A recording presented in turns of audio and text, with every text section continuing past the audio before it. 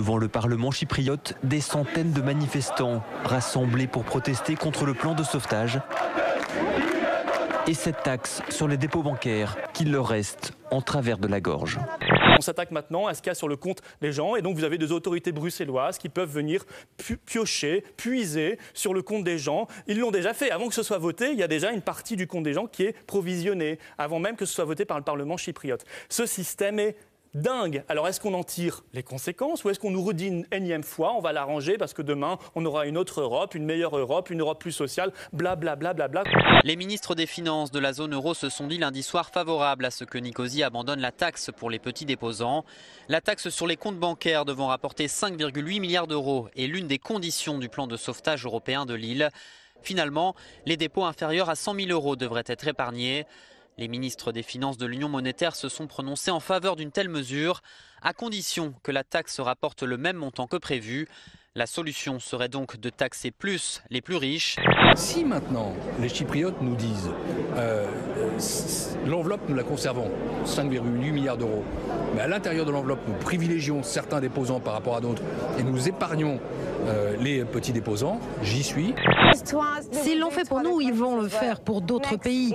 Les prochains sont l'Espagne et l'Italie, la Grèce, la France et tous les autres pays qui ne sont pas stables en ce moment. On nous a vendu des dépôts protégés et l'impression désormais que tout ce dont on nous a dit ça n'arrivera pas se produit finalement toujours. Mais oui, on prend les gens pour des cons et ça marche.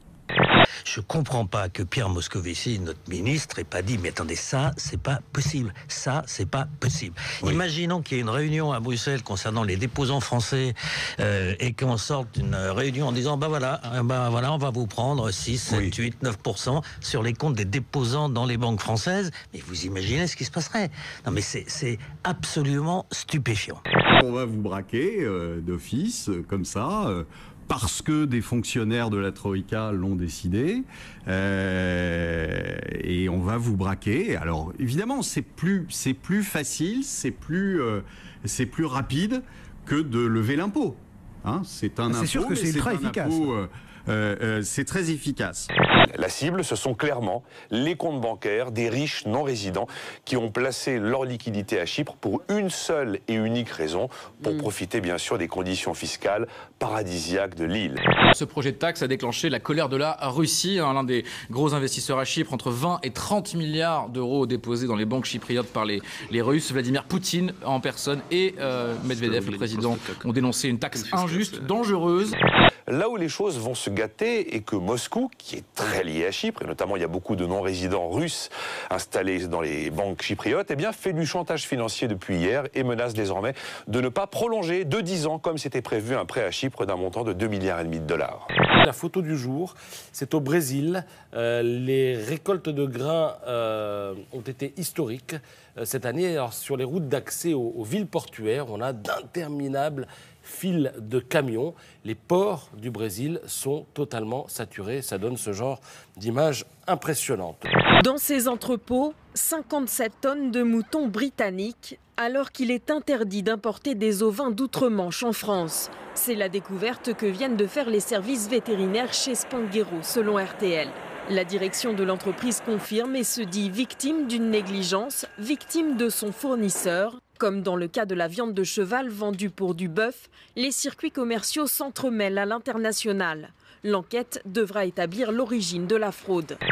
D'un côté, il y a les usagers qui patientent et de l'autre, ceux qui en découdent.